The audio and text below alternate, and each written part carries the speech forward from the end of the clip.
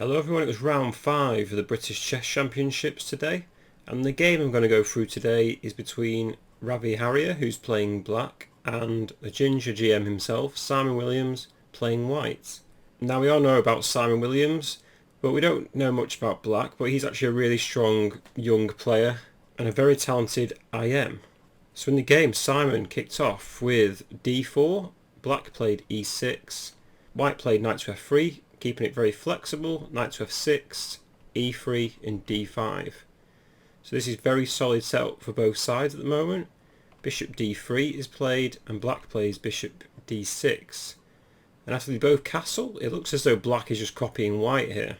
But Williams plays b3 now, and again black copies with b6. So both sides still have a very solid structure. But white now plays knight to e5, trying to dominate the centre. Black plays bishop b7, white plays bishop b2, and black develops with knight bd7, and white plays knight to d2. Now I think it would be okay for black to copy white once again here with knight to e4. If f4 from white, black can play knight df6, and if white captures on e4, captures, white can play queen g4, but black can play a5, and this is actually a really nice equal position. White's got a really nice knight on e5, but black now has the two bishops. So it makes for a very interesting game. But in the game though, Ravi played queen to e7 instead, and Williams played queen to f3. So straight away, white's got a sort of collie system set up here, where white's now going to attack the black king side. I think black should have played c5 here. It makes a lot of sense. All the pieces are developed, and it's nice to now strike out into the centre. If queen h3, like what happened in the game, black could take on d4. If e takes d4, maybe now just shove the knight onto e4. And the bishop on b7 does a rather nice job of protecting this. If f3, maybe play knight g5. And once queen h4, just play f6. And if white captures on d7, queen takes. After rook ae1 and bishop e7, to support the knight. Black's doing fine now, I think. Even if after f4, black can again play moves like knight to e4. And if white tries to win a pawn here with takes, black can just take on e4, and if bishop captures again, just take again. If the rook captures, then just play f5, and it's a discovered attack, and black's going to pick up material. In the game though, Ravi now played bishop to a3 instead, trying to get the b2 bishop off. Williams took, the queen recaptures, and Williams now plays queen to h3 with a nice little threat here. So white's now threatening to take the knight on d7.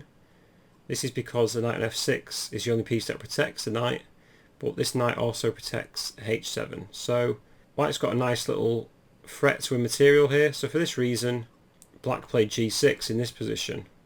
I think rook a d8 was actually a better move here, to support the knight on d7 with the rook instead. If queen g3 from white, black can now take on e5. After d takes e5, just play knight to e4.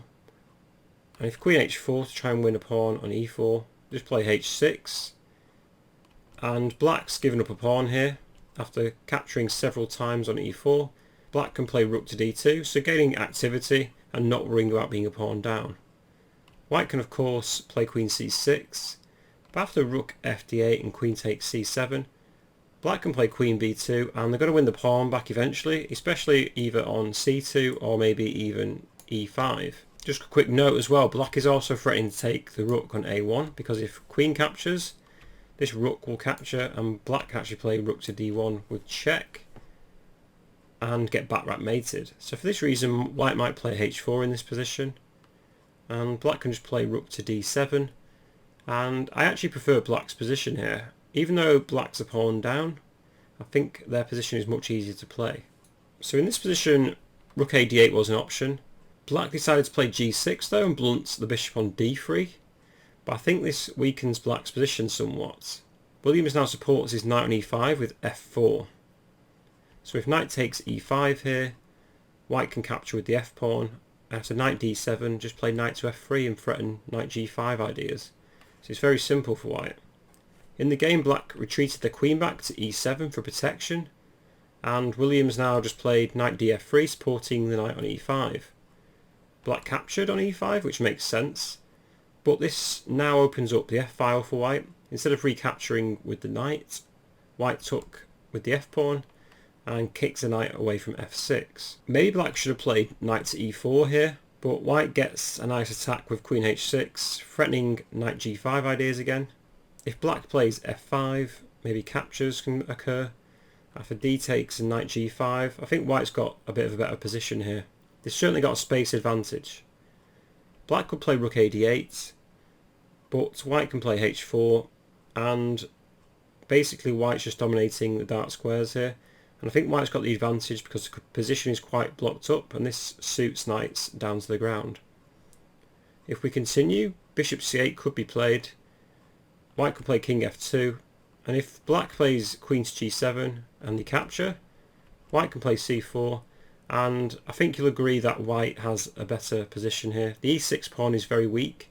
Even if black kicks the knight away with h6, knight h3 can be played, and just reroute the knight to a square like f4 and still attack this e6 pawn.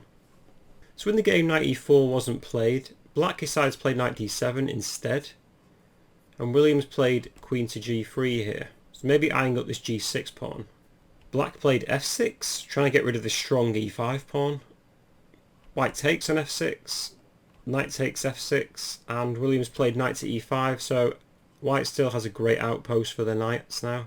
If black plays knight d7 to try and undermine this knight, then white can actually sacrifice here. They can play bishop takes g6, and if h takes g6, queen takes g6. If queen g7, white can play queen takes, and if king h8, just take on d7 with the knight, and white's just material up and in a much better position.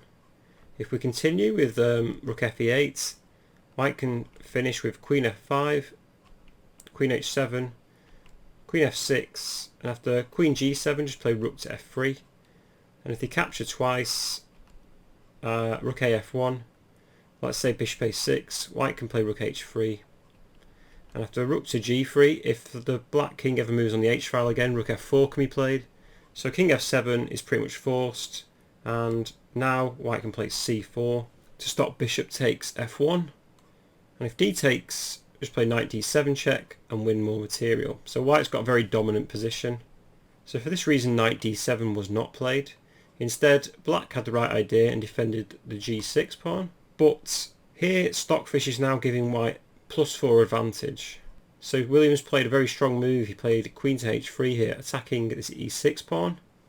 Black defends with rook a e8, but now white's just got a simple plan of doubling rooks on the f-file, and there's nothing black can do about it. Rook f2 was played. Bishop c8 was played by black to defend the e6 pawn. White just doubles on the f-file and strengthens their own position. And there's very little black can do to defend this position. The knight on e5 is just incredibly strong.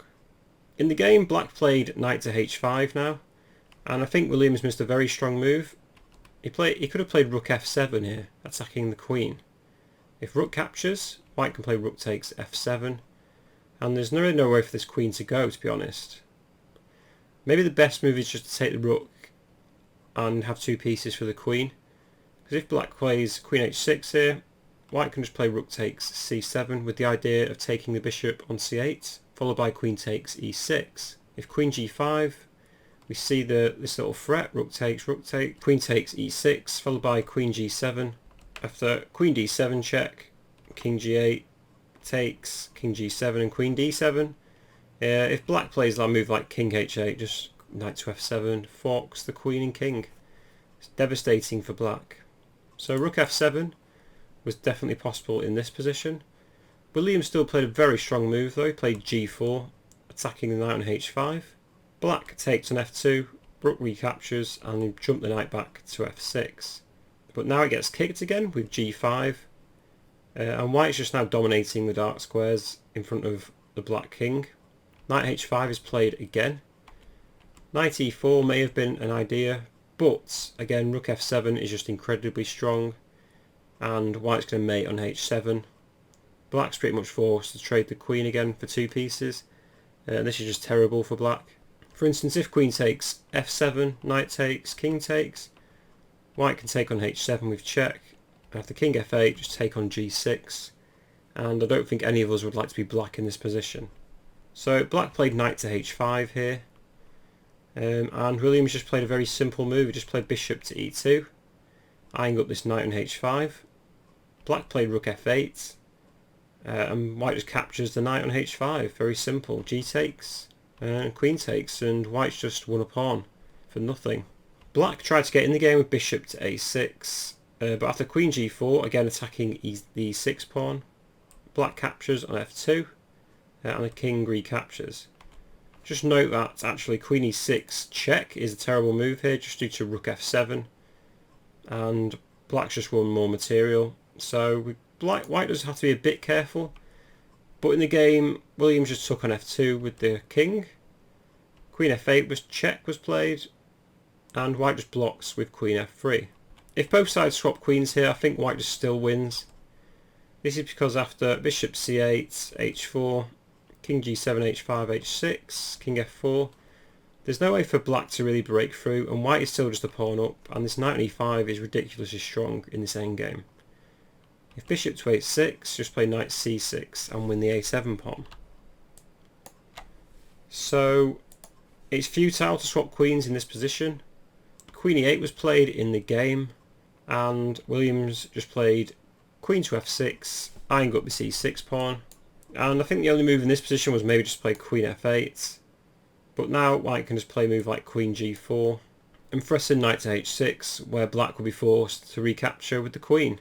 So queen takes f6 will be forced in this position, and white could just respond with knight takes f6 with a very dominant endgame that white should easily win. In the game though, black played queen h5 in this position, and this is where Williams just cleaned up. He took on e6 with check. Black played king f8, and there's a mate in 3 here. I wonder if you can spot it. Maybe I'll give you 5 seconds.